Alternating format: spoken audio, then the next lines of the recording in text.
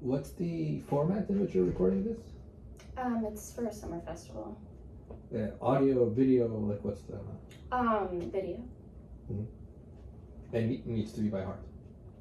I play it best by heart, yeah. And with piano? Mm-hmm. Okay. You played it with piano already? No. Okay, quick round of comments.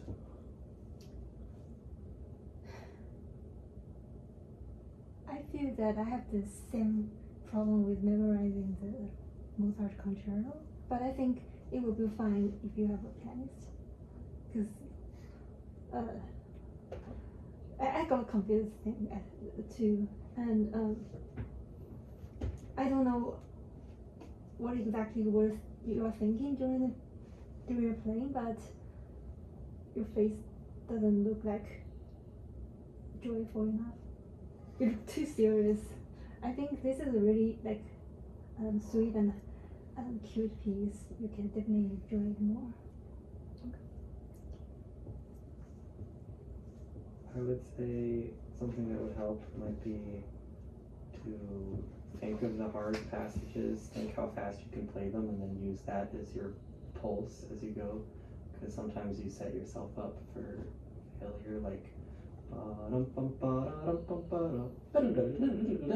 you know? So. That's primarily why I asked if you already played it with the piano, because I can't imagine that. I did that in my last lesson too. When are you playing this with piano? First time? I'm gonna try to get a rehearsal in tomorrow before Thursday.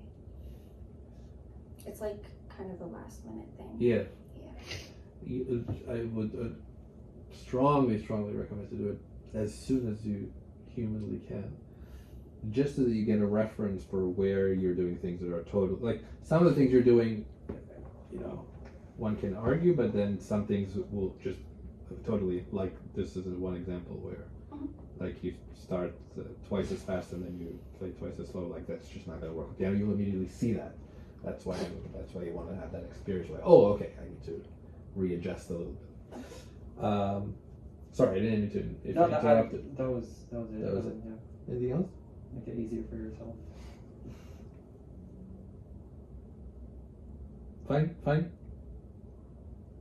Good. So I guess. So let's address the memory first. Okay. What is your current method of tackling this?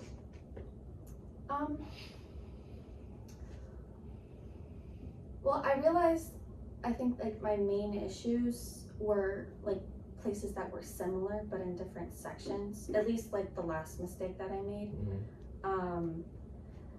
I started when I started learning it, I was memorizing it from the beginning. What do you mean by memorizing it from the beginning? Well, like at first I was trying to like learn it by ear from the recording, and then Okay. and then after that there were some parts that just like went way too fast. I couldn't. But after that I would like look at a phrase on the page and then like organize it in my hand and in my mind, and then I would repeatedly step away from the music. Mm-hmm. And then like larger and larger sections. That's mostly it. Okay.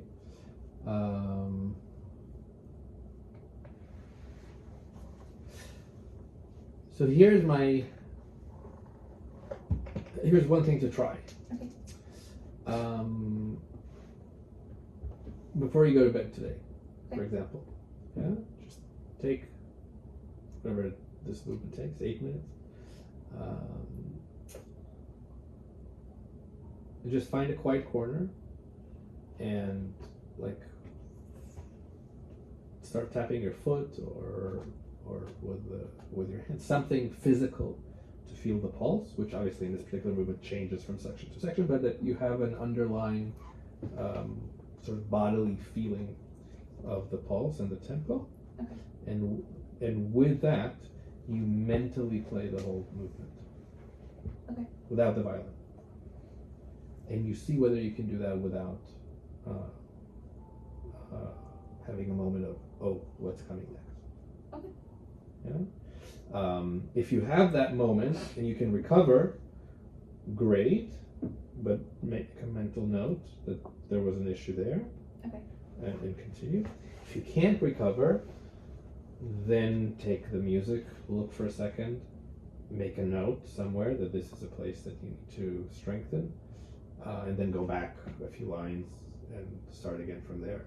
And hopefully within a reasonable amount of time, not delaying your bedtime too much, you can get to the end. Okay. And then you wake up tomorrow morning and you do the same. Okay. Yeah, so just kind of a non instrumental way of kind of testing yourself and practicing knowing the piece, so that when you then play, you not only have the muscle memory to fall back on, which much of it you do, but there's also I know how this goes. So if I miss a note, or this, like my hand did something funny, I still know where I am, so that I can jump back on the train. Okay. Yeah, so that you don't have so that's one thing. I guess one general thing, we can maybe look at it tomorrow a little bit. You tend to play pretty much everything with a very, very tilted bow. And so there's a lot of the wood of the stick that I hear all the time in the sound. So the kind of this constant kind of I don't know exactly how to describe it, but you know what I mean, like the sandiness that comes with the bow. So you're aware of that? Yeah. Is that something that gets lost in performance, or is that something that you also struggle with in the practice room? I feel like it's all the time, and it's more recent. Like it's been happening a lot this semester. Mm-hmm. So I've been like, especially during my warm-ups, like when I like do open strings, I pay a lot of attention to it. Mm-hmm. But then when I I go to a piece and I work on the piece, then I lose it, and then I don't realize that I lose it. Mm-hmm. Fine. What would you suggest? remind yourself a lot to look at your contact point and see if you're tilting your bow. Okay. Because I have that same problem. My loyal student. Like- Did the right thing. Really, really helpful to use your eyes. It's a wonderful reference. It's like a whole. It's a whole sense, literally, that can work for you, and it can relieve much of the. Like it's just an immediate feedback. I'm not in general in favor of just playing the whole thing glued to your contact point, but when you're practicing, especially, like what are you going to look at? What's to look at when you're practicing other than unless you need to use the music, which at this point. I usually practice in front of a mirror. So that works, but the mirror can be deceiving in the sense that you can kind of see Holly. Yeah, so you see a lot of things. Yeah. And whatever you kind of choose consciously or unconsciously to focus on, that's what you focus on. Whereas where you're looking at your contact point, there's nothing else in your view. It's in your sort of field of view. Okay. So the reason why I think it's worth paying attention to is not only because of the sound, but it's also because there's something kind of slightly uncomfortable about this. I don't know exactly how much of that you kind of are aware of, but like some of like the joy and just pleasure of playing, certainly a piece like this, but in general, just playing music, kind of also needs to be rooted in just feels kind of good, and this doesn't feel very good. It just feels like it feels a little bit like rocking like this, So you want to find a way, just for your own kind of sense of enjoyment, to just kind of be like, just a little bit more solid. I think just everything will be more comfortable. I don't know if it's related exactly. I have a feeling it is, but maybe not. You kind of you might want to explore that as well. You tend to use your bow basically exclusively from here to here. So your frog is basically out, which makes sense. Like if you're like this, it's very difficult to manage the frog because the frog will be too heavy. And then the tip, maybe just because of the angle, if you keep the same sort of motion, you'll just the bow will go like this, and you kind of know it, and so you avoid it. Maybe something else. Not totally sure, but also I think you'll notice that once you're monitoring visually, you'll be able to allow yourself a little bit more freedom of motion, so you're not so constrained.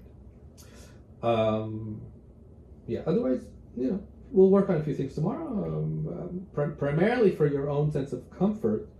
If you need to record it on Thursday, I'm assuming one take, then it really is getting really more comfortable with, I know this movement from beginning to end in my mind.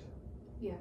And then, something happens instrumentally, I can recover. Okay. Because it's not so much the memory slips that I'm concerned about, it's the fact that you don't recover from the memory slips.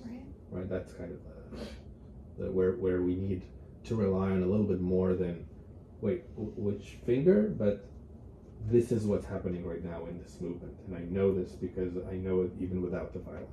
Okay. Does that make sense? Yeah, that makes sense. Yeah. I think maybe part of this issue is, I swear it almost happens in every lesson where we've been working on this, but sometimes I always end up playing like this. So I don't know, that may add to it. Add to what? This upward feeling. Yeah. No, you generally kind of approach the bow this way. Yeah. I'm not seeing your phone. You are recording video. Yeah, you will see it. It's very visually obvious, and you'll also see how much bow, what's the consistent percentage of bow that you're using. That will also be obvious too. Okay. So that's good. Okay, we'll see you tomorrow. And I'll see everybody.